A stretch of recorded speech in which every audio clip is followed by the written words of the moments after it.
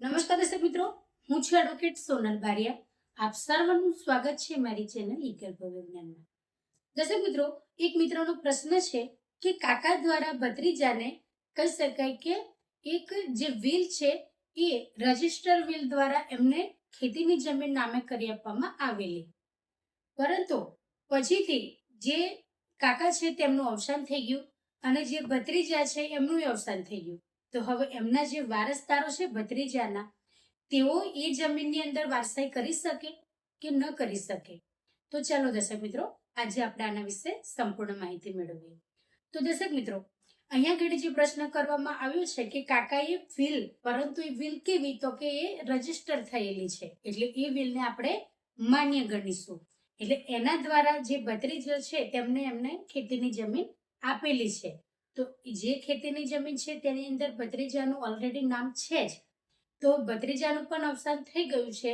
તો હવે એમના જે વારસદારો છે એ જે ખેતીની જમીન વિલ દ્વારા મળેલી છે તેની અંદર વારસાઈ કરવા માટે એમને શું પ્રક્રિયા કરવી જોઈએ? તો એની અંદર કોઈ વધારે પ્રક્રિયા નથી આવતી, એની અંદર સેમ જ પ્રક્રિયા છે. જે સામાન્ય ખેતીની જમીનની અંદર આપણે જ્યારે પિતા દ્વારા જ્યારે અવસાન થતું હોય અને જે પ્રક્રિયા કરતા હોઈએ છીએ એ જ પ્રક્રિયાની અંદર કરવાની રહે છે. એનું કારણ એ છે કે જે જમીન એમને, જે ભત્રીજા છે એમને એમના કાકા દ્વારા મળેલી છે, પરંતુ એ જમીનની અંદર નામ તો બોલ જ છે ને એમનું, ભલે અવસાન પામી ગયા, એટલે એ અવસાન પામ્યા છે એટલે એમનો જે મરણનો દાખલો છે એ રજૂ કરીને એમનું જે છે, એમના જે વારસદારો છે તેઓ પેઢીનામું રજૂ કરીને જે તે વારસાઈની પ્રક્રિયા છે એ પ્રક્રિયા પૂર્ણ કરીને એ ખેતીની જમીનની અંદર તેમના નામ દાખલ કરી શકે છે.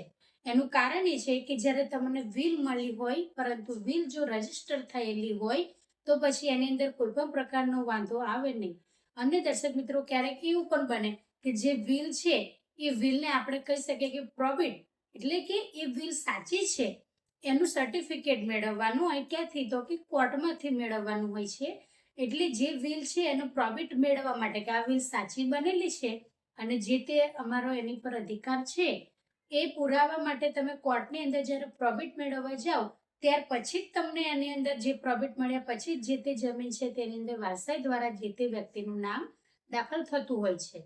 એટલે જે ભત્રીજા છે એ પણ અવસાન પામ્યા છે, તો હવે એમના જે વારસદારો છે એમને પ્રોબિટ મેળવવાની જરૂર નથી, કેમ કે એ જે પ્રક્રિયા છે એ જ્યારે જે ભત્રીજાનું નામ કહી શકાય કે સાતબારની અંદર દાખલ થઈ ગયું તે દિવસે જે પ્રક્રિયા પૂર્ણ થઈ ગઈ ગણાય. કારણ કે જે ભત્રીજો છે એમને જે ખેતીની જમીન છે કાકાની એમને મળી ગયેલી છે અને હવે એમનું નામ પણ દાખલ થયેલું છે. એટલે જે ખેતીની જમીનને જો કોઈ પણ પ્રકારે કહી શકાય કે ગિફ્ટ દ્વારા મળી હોય અથવા એનું વેચાણ દસ્તાવેજ દ્વારા મળી હોય અને વડીલો પાર્ટી દ્વારા મળી હોય, તો આ ત્રણ પ્રકારે મળેલી ખેતીની જમીનની અંદર જે વ્યક્તિનું સાતબારની અંદર નામ બોલતું હોય એ વ્યક્તિના વારસદારો એની અંદર નામ દાખલ કરી શકે વારસાઈ દ્વારા. એની અંદર કોઈ પણ વ્યક્તિ એ જે એમને સીધી લીટીના વારસદારો છે તેમના પત્ની અને તેમના સંતાનો, તેમને કોઈ પણ રોકી શકે નહીં. પરંતુ જો આ જે વિલ છે એ વિલ ખાલી કહી શકાય કે એ રજીસ્ટર વિલથી એમનું નામ ખાલી એમને ત્યાં આગળ વિલમાં લખીને આપ્યું હોત અને ખેતીની જમીનની અંદર ભત્રીજાનું નામ ન દાખલ થયું હોત તો પછી આ જે કાનૂની પ્રક્રિયા છે એ લાંબી થતી અને એવા સંજોગો દરમિયાન તમારું નામ દાખલ કરવા માટે મુશ્કેલી ઊભી થઈ શકત. કારણ કે ભત્રીજાને કહી શકાય કે જે વિલ છે એ આપી તો દીધી છે, પરંતુ એ જે ખેતીની જમીન છે તેની સાતબારની અંદર ભત્રીજાનું નામ ન ચડ્યું હોત, બરાબર છે, એમનું નામ જ ના હોત, તો પછી તમે તો એમના વારસદારો છો. એટલે તમે એ રીતના પ્રોસેસની અંદર બધી પ્રક્રિયા થતી, પરંતુ જે પ્રક્રિયા છે લાંબી થતી, કદાચ તમારા કોર્ટમાં પણ જવાનો વારો આવત કે આ જે વિલ અમને મળેલી છે અમારા પિતાને, જે ભત્રીજા છે એમના જે વારસદારો છે તેમની વાત કરી રહી છું, કે તમે કોર્ટની અંદર રજૂઆત કરત કે આ જે વિલ છે મારા પિતાને મળેલી છે, પરંતુ મારા પિતાનું નામ આની અંદર નથી, એટલે એ પણ હવે અવસાન પામ્યા છે, તો અમારું નામ દાખલ કરી શકીએ કે ન કરી શકીએ. આ રીતના તમારે કોર્ટની અંદર જવાનું થાય. પરંતુ તમારા જે પિતા છે, જે ભત્રીજા છે, તેમનું નામ ઓલરેડી જે વિલ મળી છે એ વિલના આધારે દાખલ થયેલું જ છે. એટલે હવે તમારે કોઈ પણ પ્રકારની ચિંતા કર્યા વગર એની અંદર તમારા જે પિતા છે એટલે કે જે ભત્રીજા છે તેમનું અવસાન થઈ ગયેલું છે અને એમનો મરણનો દાખલો રજૂ કરીને પેઢીનામું કરીને જે તે વારસાઈની પ્રક્રિયા દ્વારા તમે તમારું નામ દાખલ કરી શકો છો.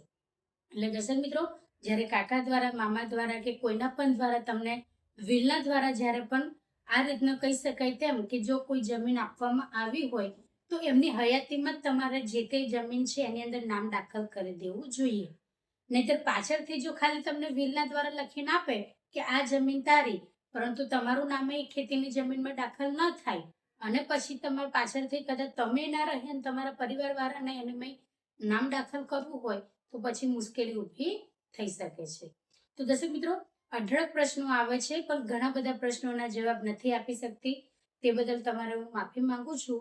પરંતુ દર્શક મિત્રો, ઘણા બધા કહી શકાય કે બહુ જ ઇમ્પોર્ટન્ટ પ્રશ્નો હોય છે કે જે દરેકને કામ લાગે, જે ખેડૂત મિત્રો જે અટવાયેલા છે તેમના પ્રશ્નોના સોલ્વ કરવા પણ ખૂબ જ જરૂરી છે. એટલા માટે હું આ રીતના વિડીયોના માધ્યમથી તમારા જે પ્રશ્નો છે એ પ્રશ્નોમાંથી જે ઇમ્પોર્ટન્ટ પ્રશ્નો છે એવા જે પ્રશ્નો છે એના જવાબ હું વિડીયોના માધ્યમથી આપું છું. અને આવનારા સંજોગોમાં પણ હું બને એટલા વધારે જે પણ મિત્રોના પ્રશ્નો છે એ બધાના વિડીયોના માધ્યમથી જવાબો આપતી રહીશ.